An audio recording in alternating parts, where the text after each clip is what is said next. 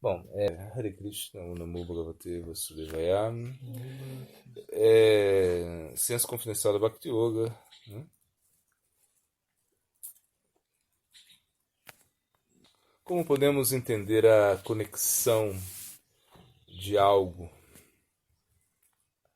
Bom, tudo que está em conexão com Krishna é bom, é nirguna, transcendental, sem qualidades materiais. Como podemos entender o mundo material, o aspecto do mundo material em relação aos objetos, né? Bom, nesse mundo a verdade é uma coisa relativa, ou melhor, né? Como podemos entender a verdade, né? O mundo material relacionado à verdade, né? A verdade relacionada ao mundo material, é o que se decide. Neste mundo a verdade é uma coisa relativa. Isso é verdade, não é verdade, isso é meu, isso é teu. Que valor tem essas coisas? Se um devoto rouba uma flor para Krishna, você pode dizer, por que você está roubando a minha flor? Porém, qual é a garantia que essa flor lhe pertence? Esses são diferentes estados de concepções aparentes da realidade. Dê outro exemplo a respeito. Bom, um homem que possui alguma terra se declara como proprietário, então um grande latifundiário vem e diz: Você não é o proprietário, eu tenho a verdadeira posse dessa terra, eu apenas permito você usá-la. Porém, mais adiante, além do latifundiário, um rei pode vir e dizer: Oh, não, essa é minha terra, a sua propriedade é somente relativa, sou o regente dessa terra, isso me pertence. Então, qual a conclusão podemos chegar a respeito desses exemplos, né? Dessa maneira, uma concepção relativa da verdade luta com outra, e a mortalidade permanece somente nesta concepção. Isso é meu, isso é seu. Todas essas concepções de propriedade são falsas. Todas essas transações de moralidade são falsas, porque não estão em conexão com a verdade suprema. Dessa maneira, a conduta aparente incorreta do devoto é totalmente o contrário na realidade. Bom, existe um verso do Chaitanya Charitamrita que vai apoiar esse ponto de vista que estamos tratando. Cite esse verso. É um verso do Chaitanya Charitamrita Antyalila 4.176. Ele diz: No mundo material, as concepções de bom e mal, correto e equivocado são todas maquinações mentais. Então dizer isso é bom, isso é mal, é totalmente equivocado. Como podemos entender o plano profundo da consciência de Krishna? Bom, no plano mais profundo da realidade, a onda mais profunda da consciência de Krishna está se movendo, e aí muitas divas, as almas, estão dançando. E essa dança é a dança absoluta, onde todo mundo se rende a Krishna no humor de Vrindavana. Qual um verso que poderia exemplificar esse humor? Sarvadharma Parityaja Mayakam. Tudo pertence a Krishna e para sua satisfação se pode fazer qualquer coisa. Este é o único princípio seguido por todos os devotos exclusivos, sem levar em conta as múltiplas demandas e críticas relativas desse falso plano. Como podemos entender melhor esse plano? Bom, esse plano é nirguna, é transcendental. Nesse plano, o cálculo da falsa propriedade não pode ser aplicado. Todas as reclamações de propriedade não têm valor na consciência de Krishna.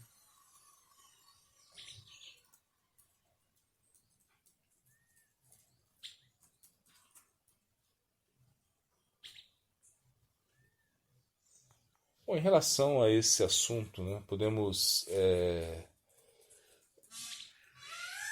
citar um exemplo de um acontecimento muito marcante para os seguidores da devoção. Fale sobre.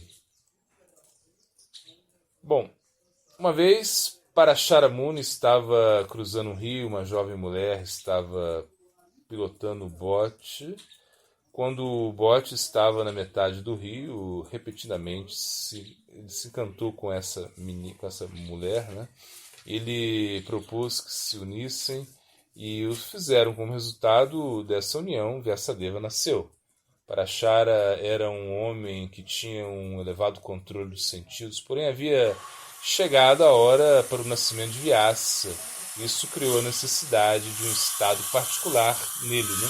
Um estado de uma forma surpreendente, ele se sentiu angustiado pela luxúria e se uniu com essa mulher. Dessa união chegou Vyasadeva, o compilador de todas as escrituras védicas. Assim foi a determinação da vontade universal. Parashara não deve ser acusado ou condenado, ele não é parte disso. É um instrumento da vontade universal. O que não deveríamos pensar que isso é um evento da luxúria e criticar Parashara por sua ação imoral. Ele foi inspirado por algum desejo interior, impulsionado pela força divina da vontade nirguna de Krishna. Somente depois disso aconteceram essas coisas. Bom, o que podemos entender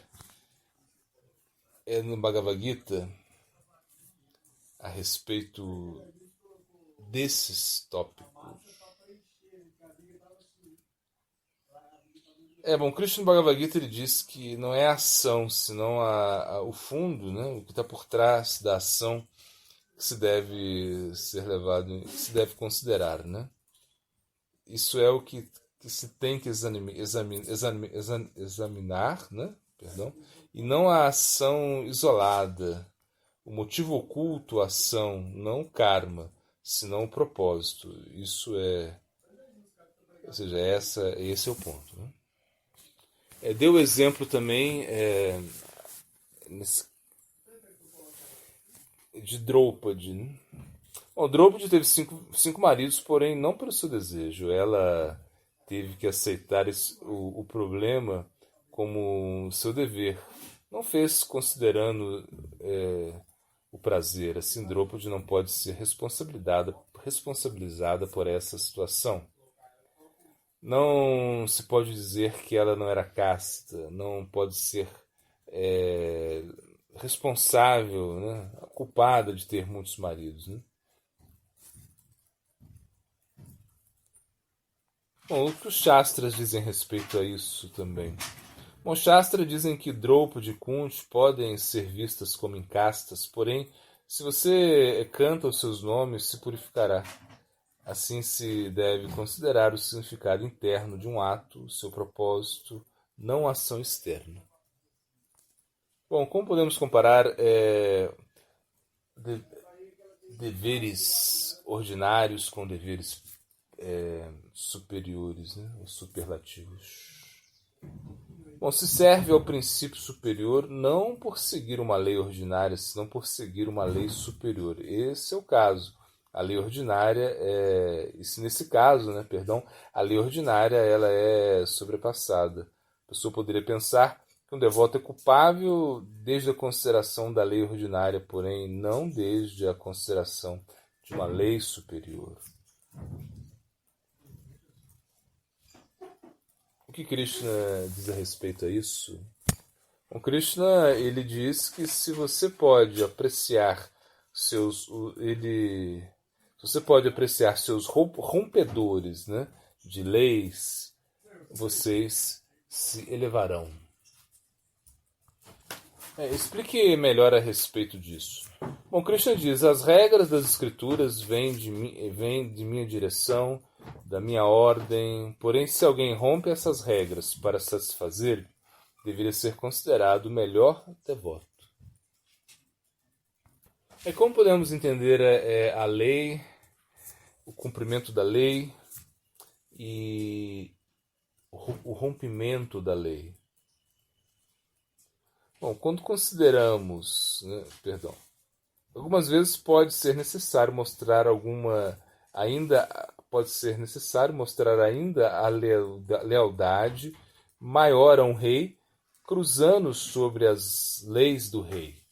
Assim que Deus está sobre a lei, quando consideramos a natureza da divindade, devemos concluir que Krishna está sobre a lei. A lei é para nós, porém a lei não pode ser aplicada em seu caso. Ele é absoluto. Quando alguém veio,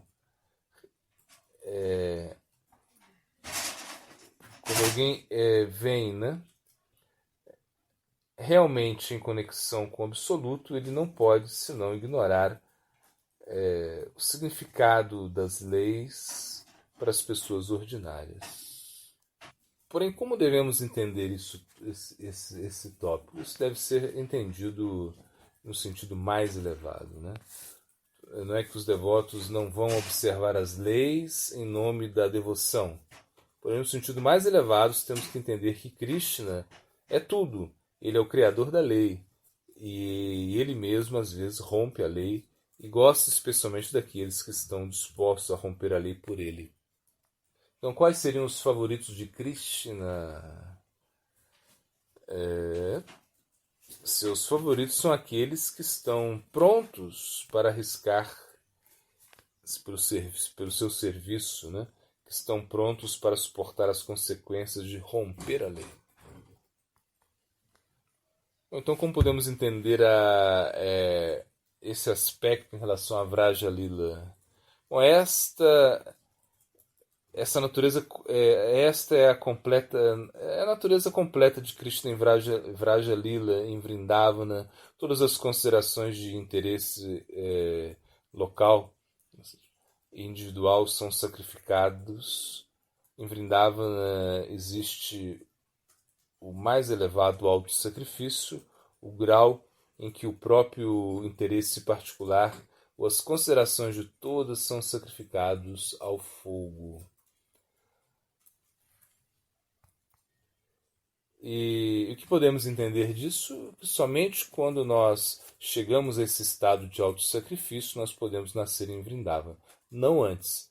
Essa é a conclusão do Bhagavad Gita, né? Sarvadharma Parityaja. Bom, como o Sri Maharaj traduz esse verso, né, o 1866 do Bhagavad Gita, né? Sarvadharma Parityaja, como ele traduz e amplifica,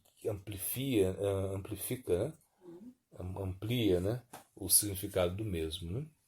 Bom, Krishna diz: você deve arriscar todos os seus prospectos, deve arriscar tudo, sem nenhum outro prospecto além de mim, né? Não posso suportar a presença de nenhuma entidade secundária em seu coração. Não posso tolerar que venha a mim com alguma consideração. Minha relação com você deve ser incondicional.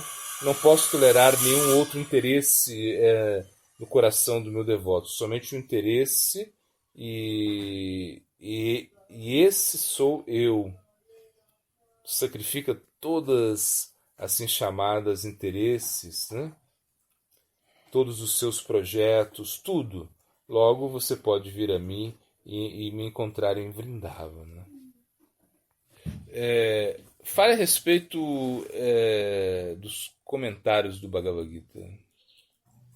Bom, Vishwanath Chakravarti Thakur, Baladeva Vidabhushana, comentário do Bhagavad Gita, e Jiva Goswami também ele deu a sua explicação de diversos versos. Né? Além disso, Bhaktivinoda Thakur ele deu sua própria explicação e incluiu comentários de Baladeva Vidyabhushana e Vishwanath Chakravarti Thakur em sua tradução bengali do Bhagavad Gita. O comentário de Sridhara Swami foi o original, né? E Sri Chaitanya Mahaprabhu tinha grande apreço por seu comentário do Bhagavata e do Bhagavad Gita.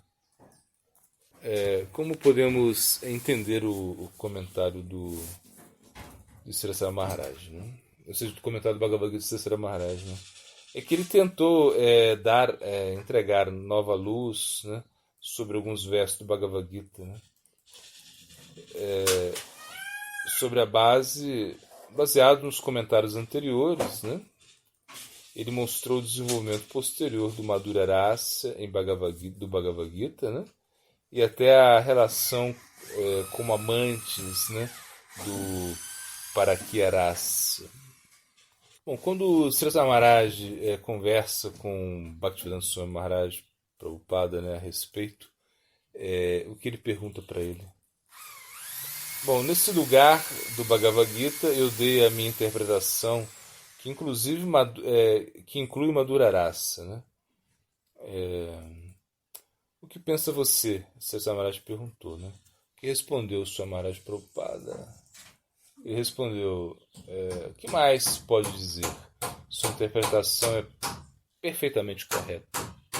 Bom, para aqui a devoção como amantes das gopis por Krishna foi representada em que verso? Bom, nesse verso, Teshan Satata Yuktanam, né? Dhyanaman Upayantite. Comparando o Bhagavata e o Bhagavad Gita, podemos... o que eles têm assim de comum, né?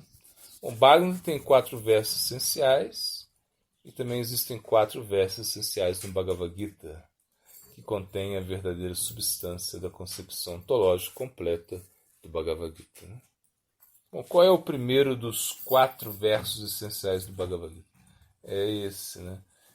Hansarvasya Prabhavu Matasarvam Pravartate. Eu sou a origem de tudo, tudo emana de mim, né? Bom, incluindo todas as concepções da verdade absoluta, ainda minha própria adoração. O sábio que conhece isto me adora mentalmente, plenamente, com bhava profundo, êxtasis devocional. Então aqui Krishna diz Hansarvasya Prabhavu Matasarvam Pravartate. Que significa isso?